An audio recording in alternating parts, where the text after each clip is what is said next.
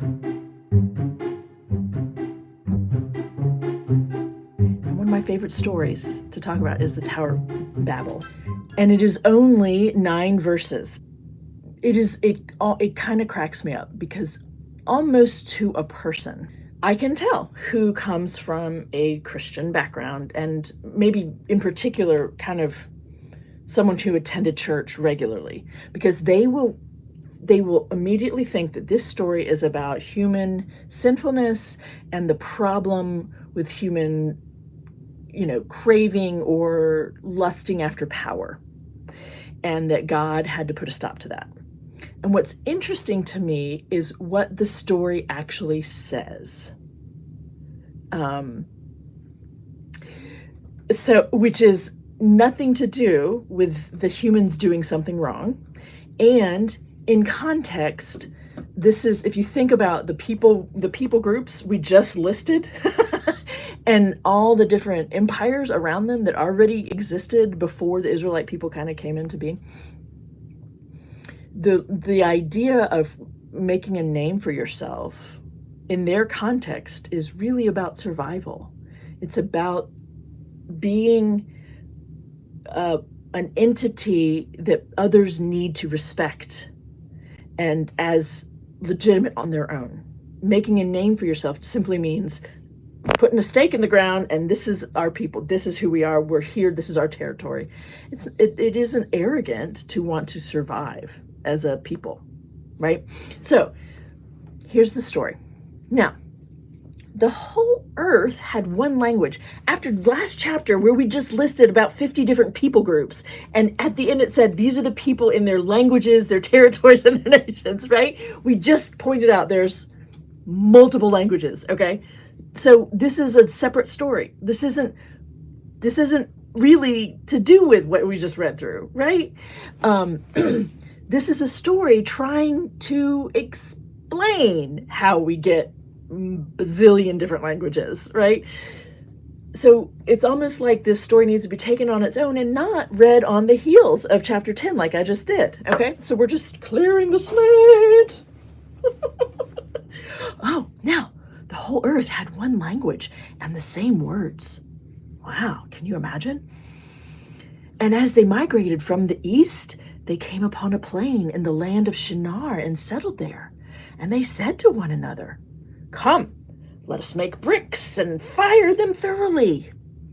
And they had brick for stone, very solid brick, and bitumen for mortar. Then they said, "Come, let us build ourselves a city and a tower with its top in the heavens, and let us make a name for ourselves. Otherwise, we shall be scattered abroad upon the face of the whole earth." I'm going to pause and interrupt the story and say, I also hear people say this line about let us build ourselves a city with a tower with its top in the heavens, as if the people are trying to get to heaven. Instead of, perhaps, everybody loves the view from on high, right? The tallest floor in the highest floor in a building is the penthouse, right? It's the sweet spot, right? It's the place to be. The higher you are in a building, the more prestigious you are perceived to be. I love the view from on high. I don't know about you, right? So people are taught to bring the crap and the baggage of original sin from Genesis 2 and 3, how they've been misinformed about what that story is. And so they have this negative view of everything, right? The beginning of chapter 6, the story says that God was disappointed in humanity because they were always evil, only doing evil things, which also hurts me, to say that about humankind, right? And so for that reason, God destroyed everybody and started over with Noah, who was great. Well, then his children should be great, right? And so people within Christian traditions, I can't speak to Jewish. I've never heard a Jewish person have a hang up with this, but I also haven't had a whole lot of conversations about it with Jewish folks or in Jewish contexts. But in particular, conservative and really devout Christians have a hang up with humanity. They read negative sinfulness onto people all the time. And this is a story in which, in particular, really bothers me because the story itself isn't, the people aren't the problem. God is. So let's build a tower with its top in the heavens and let us make a name for ourselves. Otherwise, we're going to be scattered. We need to make a name for ourselves so that we can exist. There is nothing wrong with wanting to exist, right? Okay.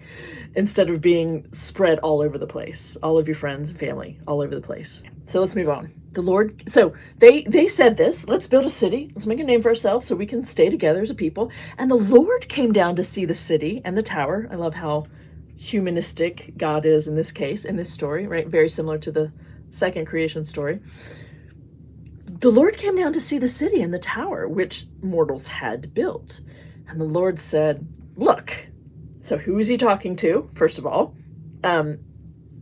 Other angels or demigods, right? This is a story out of the polytheistic, moment and, polytheistic thinking. But he's talking to someone. Look, they are one people. And they have all one language. And this is only the beginning of what they will do. Nothing that they propose to do will now be impossible for them. Oh dear. Come, let us go down and confuse their language there so that they will not understand one another's speech. So the Lord scattered them abroad from there over the face of all the earth, and they left off building the city. Therefore, it was called Babel. Babel is a play on the verb meaning to confuse, right? Therefore, it was called Babel because there the Lord confused the language of all the earth. And from there, the Lord scattered them abroad over the face of all the earth.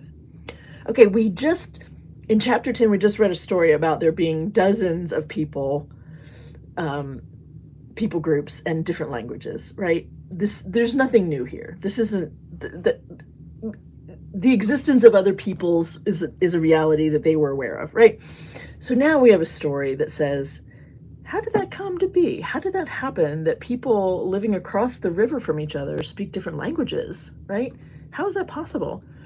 But most of all, in this story, when you come from a place of things need to be taken literally, I just think God is being an asshole. Like, if you're going to go literal, and I don't think we should go literal, but if you do, pay attention.